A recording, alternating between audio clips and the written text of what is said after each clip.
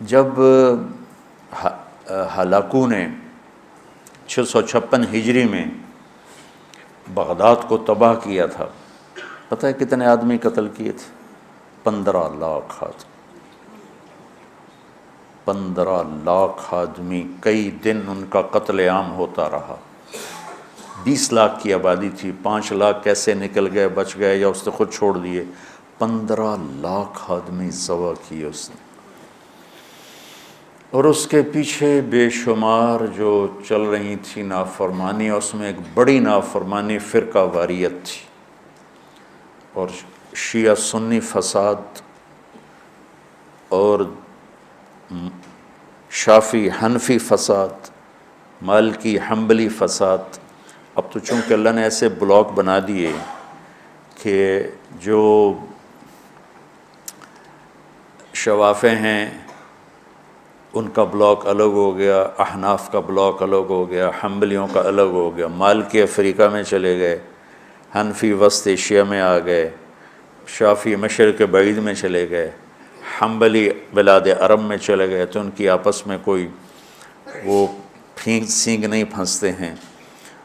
لیکن چونکہ شیطان نے تو محنت کرنی ہے، تو اہل السنت والجماعت ہو کر آپس میں اتنے لڑائیاں ہیں، اور مختلف جتنے بھی مکاتب فکر ہیں سب کے آگے مختلف مکاتب فکر ہیں، اور وہ آپس میں نفرتوں تک پہنچے ہوئے ہیں اور بغض تک پہنچے ہوئے ہیں۔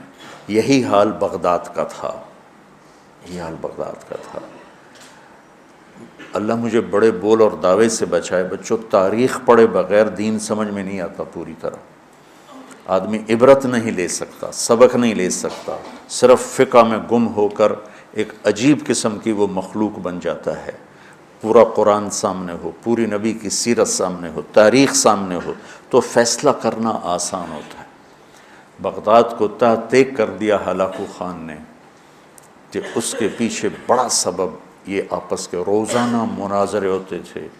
317 ہجری میں، 317 یعنی ابھی خیر القرون ختم ہوا ہی تھا، بغداد میں حنبلی اور غیر حنبلی مناظرے میں اس قدر فساد ہوا کہ سینکڑوں آدمی قتل ہو گئے، ایک دوسرے کی جان کیسے درپے ہوئے۔ دونوں طرف سے اہل سنت ہیں، لیکن ایک دوسرے کی گردنیں اڑا دی، اور یہ عام ہونے لگا۔ تو اللہ تعالیٰ کی طرف سے وہ عذاب بن کر آیا 656 ہجری میں۔ اس نے سارے بغداد کی اینٹ سے اینٹ بجا دی، اور ساری کتابیں اٹھا کے دریائے دجلہ میں ڈال دی۔ دریائے دجلہ کا پانی 1 مہینے سیاہ ہو کے بہتا رہا، اتنی کتابیں اس نے ڈال دی۔ اور اللہ نے ایسا رعب ڈال دیا مسلمانوں پر کہ 40 آدمی کھڑے ہوئے ہیں، اور ایک تاتاری مغل کہتا ہے سارے یہیں کھڑے رہو، میں تلوار لے کے آ کے تمہیں قتل کرتا ہوں۔ اس کے ہاتھ میں تلوار بھی نہیں ہے، وہ تلوار لینے جاتا ہے، وہ 40 وہیں کھڑے ہوئے ہیں، بھاگتے بھی نہیں ہیں، واپس آ کر 40 کی گردن اڑاتا ہے۔ میں مستند کتابوں سے البدایہ سے آپ کو بتا رہا ہوں، کتابیں تاریخ کی بہت ہیں، اور یقیناً تاریخ کی روایت کا معیار قرآن و سنت سے کے برابر نہیں ہو سکتا ہے۔ تاریخ کچھ کہے اور حدیث کچھ کہے، قرآن کچھ کہے، تو تاریخ کو چھوڑ دیا جائے گا۔ صحابہ کی آپس کی لڑائیوں کا معیار تاریخ نہیں ہے، قرآن ہے اور حدیث ہے۔ وہ انسان تھے، بشر تھے، ان سے خطائیں ہوئیں، لیکن میرے اللہ نے کہا کُلًا وعد اللہ الحسنى، میرے نبی میرا وعدہ ہے تیرا ہر صحابی جنت میں جائے گا۔ بس اس کے بعد ہماری زبانیں بند ہو جانی چاہیے۔ جن کو اللہ نے معاف کر دیا ہو، ہم ان پر زبان کھولیں گے تو ہلاک ہو جائیں گے، تباہ ہو جائیں گے۔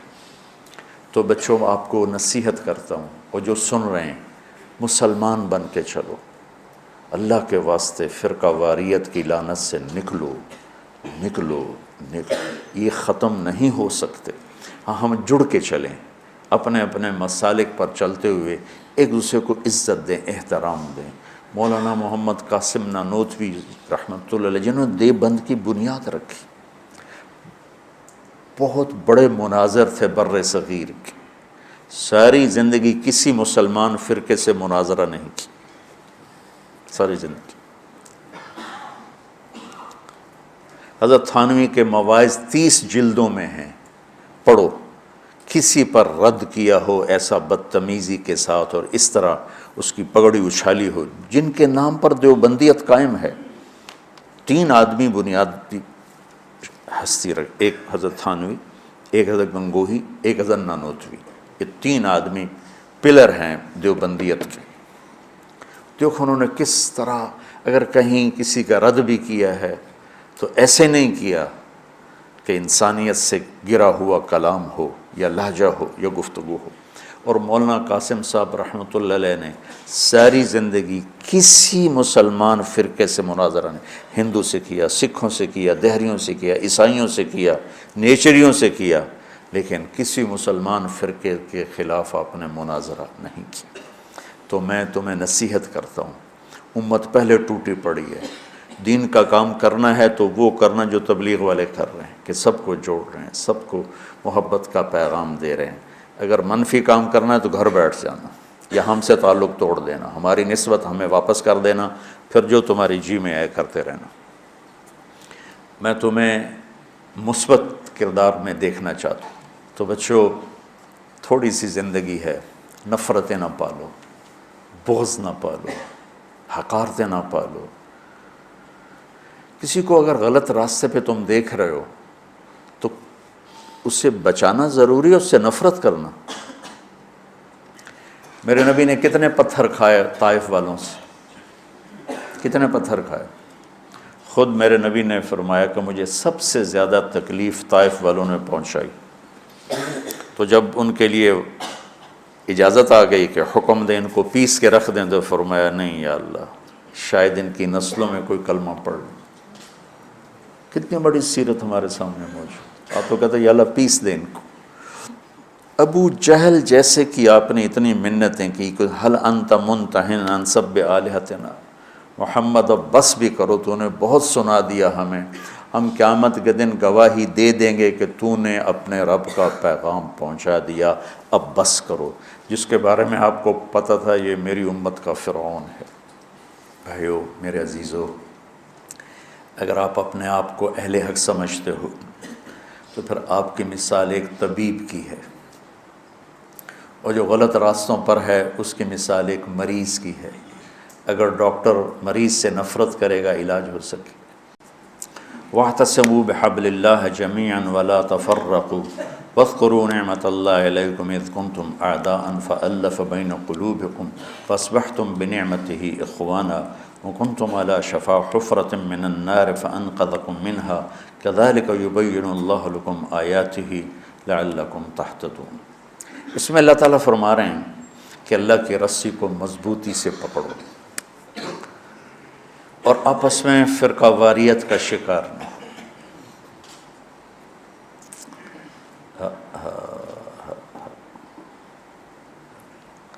اور پھر اللہ تعالیٰ پچھلا وقت یاد دلاتا ہے جب تم آپس میں ٹوٹے ہوئے تھے، ایک دوسرے کے دشمن تھے، اللہ نے تمہیں جوڑ دیا۔ دیکھو بچوں، اب دورہ حدیث والے بچے جا رہے ہو، اللہ کے نبی نے 4 دعائیں مانگی، مسجد اجابہ، اب وہ حرم میں شامل ہو گئی، توڑ دیا اس کو۔